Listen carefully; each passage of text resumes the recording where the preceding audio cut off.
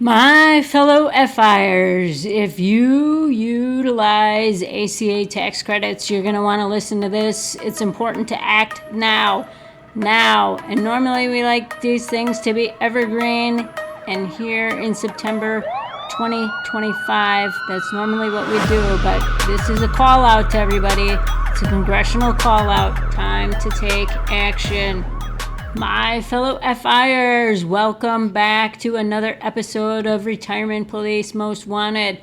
That's right, we're going to urge you to act now on the ACA Premium Tax Credit. And this is how to tell Congress that the ACA tax credits are important. And we want to do this in a non-partisan way. I believe that the FIers were not intending to be a politically organized group in a partisan way, but these your healthcare coverage and the ACA tax credits, they may be expiring soon. I communicated about this on Medium.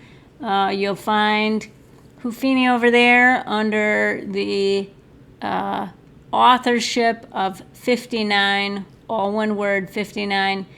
I know it's a little confusing. There's HouFIni, there's Fiftynine, but communicated back in May that many Americans will soon discover, if they haven't already, that their ACA tax credits are expiring at the end of 2025. As you may know, the One Big Beautiful Bill did not extend the Affordable Care Act, otherwise known as the ACA tax credits. And this is actually controversial, and I'll talk about that a little bit more. But many in the financial independence community utilize the ACA tax credits. Also, many small business owners, solopreneurs. As far as I can tell, there are folks in the FIRE movement, which, if you're not aware of the FIRE movement, it's financial independence, retire early. It's the movement that would retire, many would retire, as long as they had a sound and affordable health care option. And so many of the early retirees use the ACA tax credits. Now, I want to call out Brad Barrett at Choose FI. He did a show, episode 557 with Sean Mullaney. They do an excellent job of breaking down the new One Big Beautiful Bill as it relates to various tax implications, including aspects of the ACA tax credit provisions. Brad is really a leader in the financial independence space. I always think his stuff is worthwhile checking out. But today, I really want to talk to you about contacting your member of Congress, and why should you contact your member of Congress when extending the ACA tax credits are not part of the One Big Beautiful Bill Act. Because there's technically still time for Congress, your federal government, to extend the tax credits before the end of calendar year 2025. So as long as Congress acts and the president signs into law an extension of this before December 31st, 2025, that is theoretically possible for changes to be made or for them to go back to the system that's in place. And that's why the FIRE movement needs to act now. Starting September 2nd, Congress is going to come back. They've been away on recess. They really need to hear from real people, real families. I'm not talking AI-generated messages, fake campaigns that try and push for or against something. And it's really important that you contact your member of Congress, not all the members of Congress, but your member of Congress. And I'll talk about this a little bit more, but This is really the best chance to save the ACA tax credits in order to keep your healthcare coverage affordable. That's why you need to contact your member. Now, you can't delay in taking action. Again, normally I try and keep these messages evergreen, but on this one, you must act now. You must act as soon as you hear this. And I repeat, you do not want to make this a political issue. You don't want to make this partisan. You don't want to be on the phone or send an email and provide messages or opinions that have to do with other matters. You just want to stick to the ACA tax credit issue. You have to be calm. You have to be focused. This is really important. And again, this is why it's really important not to go into any politics of this, because you want both sides to be motivated to act. I know you've seen in other cases people get very partisan. That is, in my opinion, not the way to go about this, especially for the financial independence community. So just stepping back, what are the ACA Premium Tax Credits? Well, the Affordable Care Act, again, ACA, better known as Obamacare, and I think we all know enough to know that Obamacare is considered partisan. It was controversial at the time. It has become more favorable. What's really interesting is if you look at the polling, if you categorize something as Obamacare, it tends to go in a more partisan breakdown of whatever aspect you're talking about related to Obamacare. If you call it Affordable Care Act, but particularly if you just use the generic term ACA, it's less controversial. So the ACA included a tax credit for healthcare coverage. And it was, at the time, formerly known as the Premium Tax Credit, or PTC. It's a refundable tax credit that helps eligible individuals and families with lower to moderate income afford health insurance that you purchase via a health insurance marketplace in your state, right? So the amount of your ACA tax credit is based on a sliding scale. So those with lower income receive a larger credit. During the COVID-19 pandemic, Congress took action and they extended the ACA tax credits under what was known as the American Rescue Plan Act in 2021. Lots of times you hear this called ARPA because the federal government loves to use acronyms. Then subsequently, as part of the Inflation Reduction Act in 2022, that's also called the IRA, Congress extended enhanced subsidies for 3 additional years through December 2025. The enhanced ACA tax credit subsidies that eliminated the income cap are set to expire at the end of 2025. If Congress doesn't act to extend these credits before December 31st, 2025, eligibility rules will revert to pre-2021 standards, which includes a 400% federal poverty level, also commonly known as FPL, income cap for subsidies.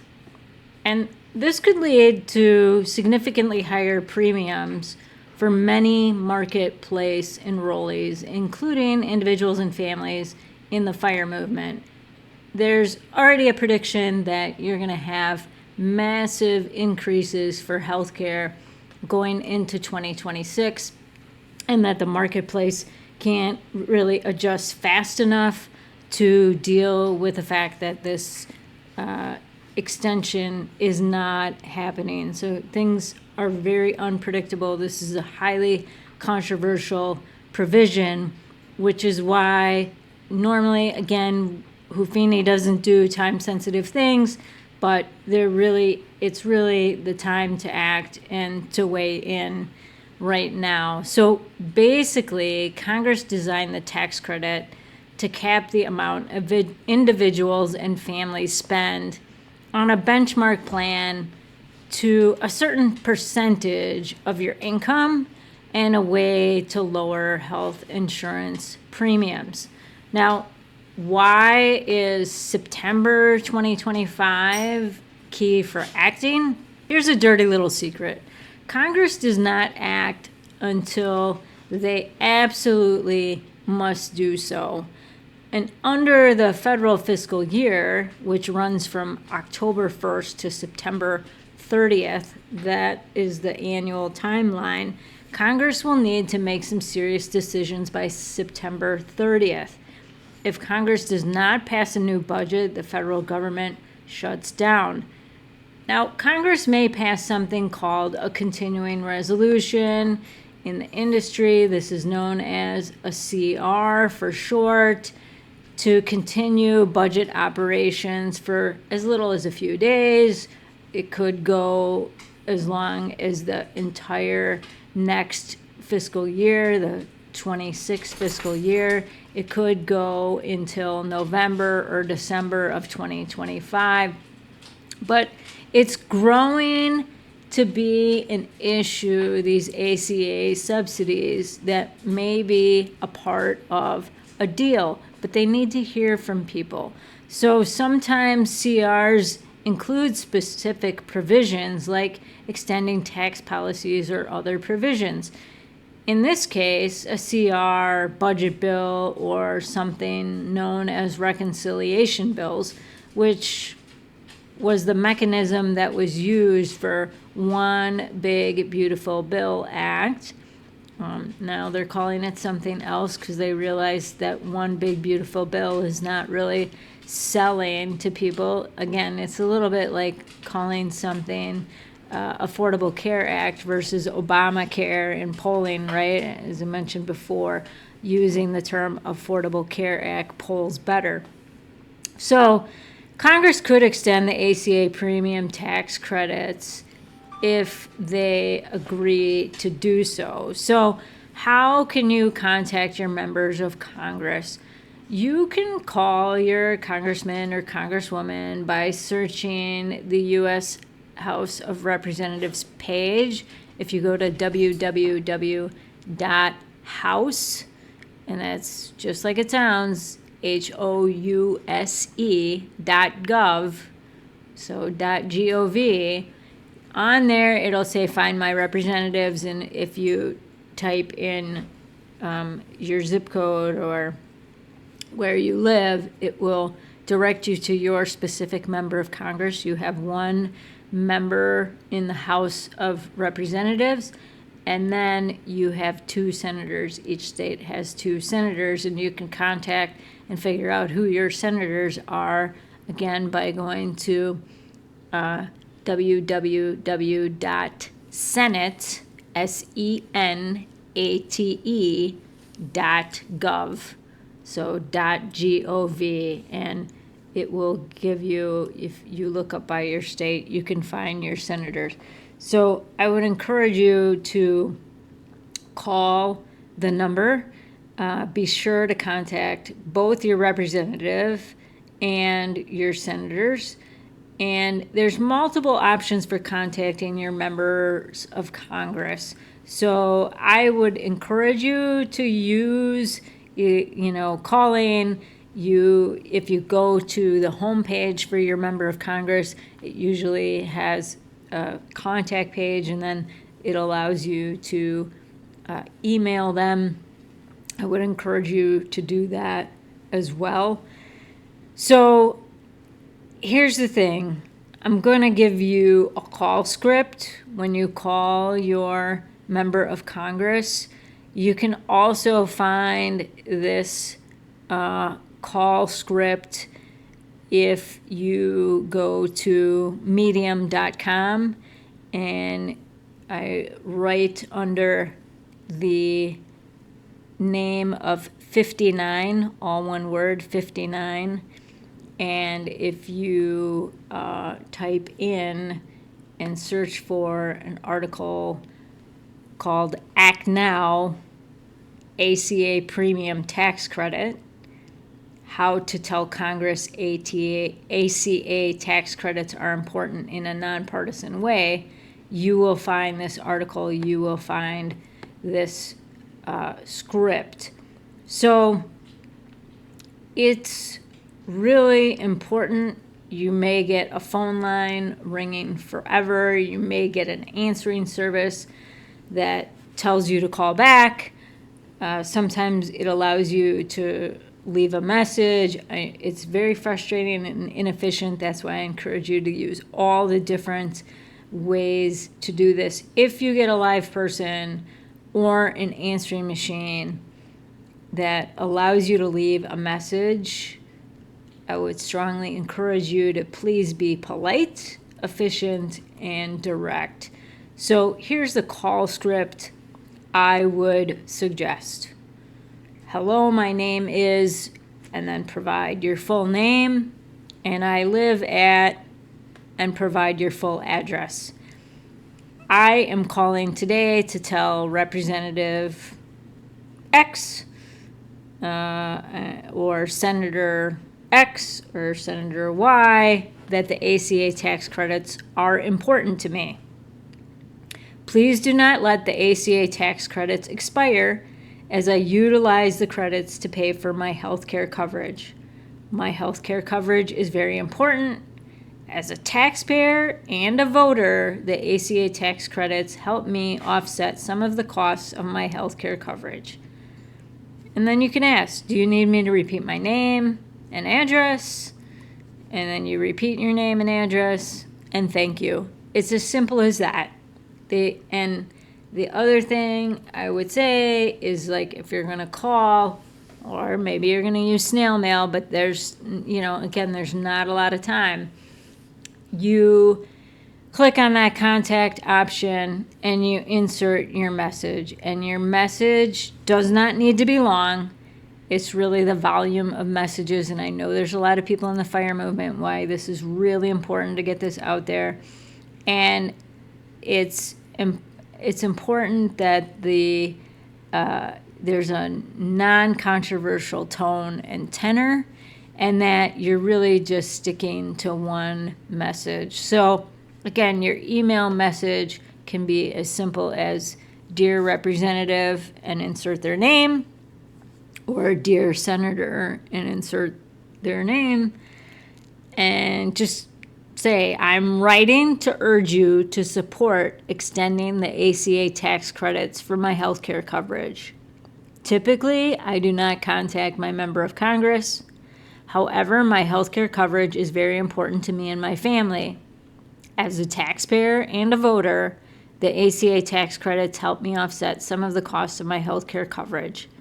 The expiration of these ACA tax credits at the end of this year will amount to a big fiscal cliff at a time when costs continue to be high. I'm counting on you to help my family have affordable health care coverage. Thank you for your help in continuing these critical ACA tax credits. Sincerely, and then put your name and your full address. Here's the other thing. I also know that there are individuals in the FIRE movement that are self-employed, or they're a small business owner. So if that is for you, I would add the following in terms of your script for a live conversation or a voicemail, email, or actual letter, right? So in that case, I would say, hello, my name is, insert your full name, and I live at, and insert your full address. I'm calling today to tell Representative or Senator and insert their last name. And again, if you're doing this as an actual email or letter, I would probably start out, dear representative or dear senator, and insert their name. Then again, if you're a self-employed or small business owner, I would say, I am self-employed, or I am a small business owner, and feel free to list the number of your employees. And healthcare coverage is a cost prohibitive expense for me, especially at a time when I'm trying to remain competitive in the market. I would ask, and insert their name again, to remember Main Street business owners like me who rely on ACA tax credits. Please do not let the ACA tax credits expire, as I utilize the credits to pay for my healthcare coverage. My healthcare coverage is very important. As a taxpayer and a voter, these critical ACA tax credits help me offset some of the costs of my healthcare coverage. And of course, if you're talking to an individual person on the phone, you can ask if you need to repeat your name and your address, and then make sure that you thank them, right? So again, you really want to, this isn't controversial. You want to be very calm. Your tone and your tenor are very important here. Individuals answering the phone or individuals receiving your notes. You don't want to, if you give a laundry list of issues, or you sort of go into partisan politics, that is not helpful in this case. All you want to do is make sure that they know that this issue is important to you and that you need them to take care of this, right? So you really you have to be laser-like focused on the ACA tax credits. So I do believe the FIRE movement can make a difference. I will say at present, HouFIni and family, we do not use the ACA tax credits. However, I know that many people in the FIRE movement do, and advise consideration of using the ACA tax credits as a means to achieve affordable health care coverage.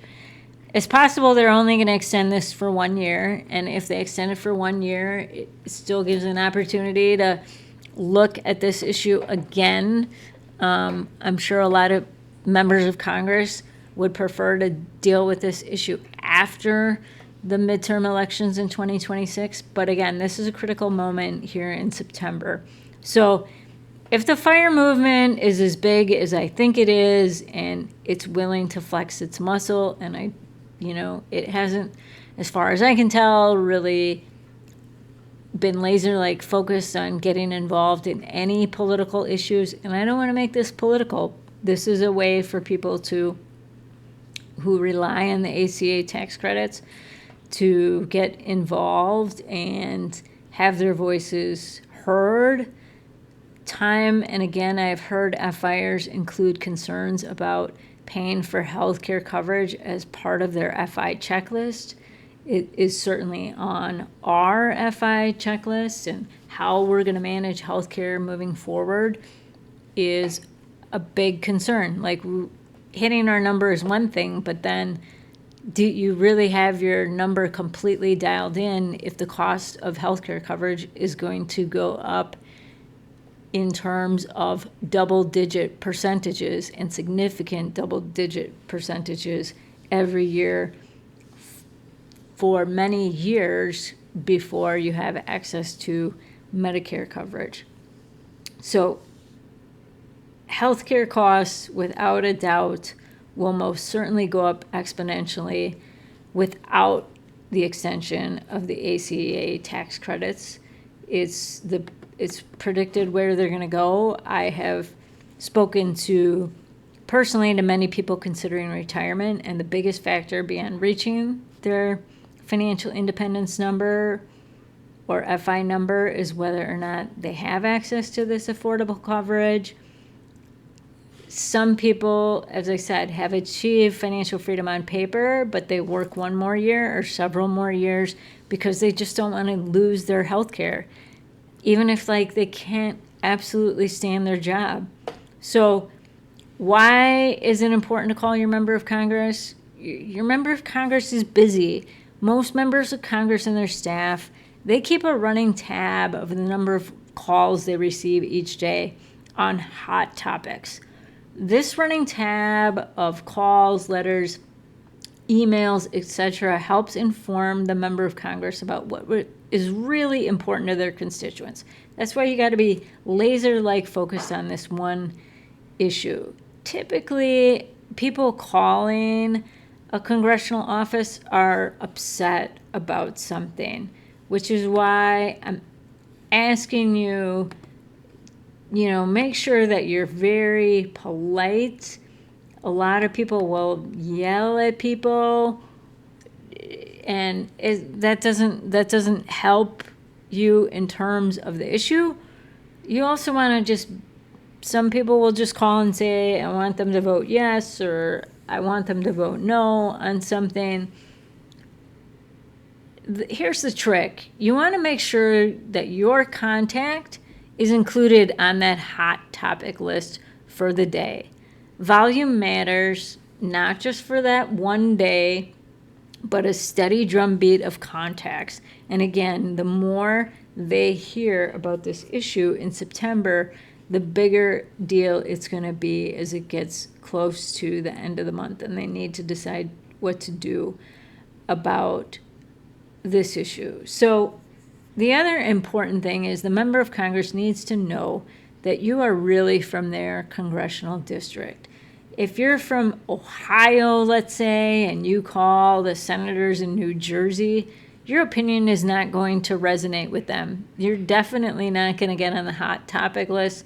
They're going to ask for your district and where you live, and as soon as they find out you're not from the district, your call's not going to make a difference. They're going to, politely, end that call.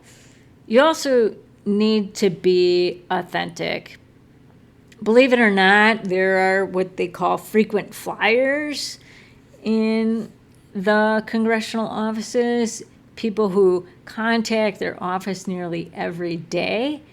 And the frequent flyers, many offices simply disregard their opinions because they call about every topic. But I will tell you, eyebrows get raised when the volume of calls is high and they're coming from a new group of people, and people are very polite and very specific about what they're talking about. Now, how would your member of Congress know if you're a new caller? HouFIni, you ask? Well, believe it or not, and I'm sure this is probably not going to be shocking to you, they keep a database of calls and contact information, who contacts them. Without sharing your name and address, they're not going to log the call or email. They're not going to believe that you're from their district. So again, you must be from their congressional district, if it's, a representative, or from that state in terms of Senate offices. And even if you've never contacted your member of Congress, now is the perfect time to start getting involved. And you might say, but HouFIni, I hate politics. HouFIni emphasizes and empathizes that politics are divided, and many people do not want to have anything to do with government. However, magically, the government has a lot of say in your life, especially about taxes and things like healthcare costs as it relates to prescription drugs, healthcare coverage, 401ks, HSAs, etc. These things involve government. They just did a massive tax bill. And so this provision we're talking about in terms of the ACA, it was not extended as part of this tax bill, these tax issues, right? So remember, the United States, no taxation without representation. So make the call, send the email, then contact 10 or 20 friends around your neighborhood or the country. Let them know you care about ACA tax credits and ask them to do the same thing. I know this FI community is strong. There's no reason that the FI community cannot be as savvy and sophisticated in communicating the importance of these issues as any other group. This is not a partisan issue. Some will make it a partisan issue. Do not get into the politics. Do not give your views on other matters. Just stick to this one issue about the ACA tax credits needing to be extended, and don't make it political. So I think that's really, really important. For us, again, we are in a 100-month journey, and we are counting down the months to reach financial independence. Healthcare coverage is going to be a big thing for us. We don't personally use the ACA tax credits right now, but we know a lot of people do. So, my fellow FIers, this is HouFIni signing off. We hope you will join us for another episode of Retirement Police Most Wanted here in the future. And please call your member of Congress, get in contact with them, send the email, do this, and let's flex some political muscle here on a very specific topic for the financial independence community. Thanks, and take care. Disclaimer: the contents of this video, website, podcast, article, and any blog posts are not intended to be investment or life advice.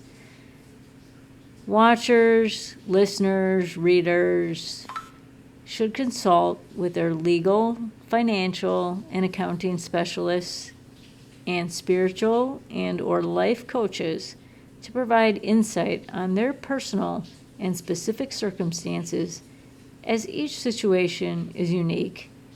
The video, website, podcast, articles, and any blog posts are written for entertainment purposes only. Thank you.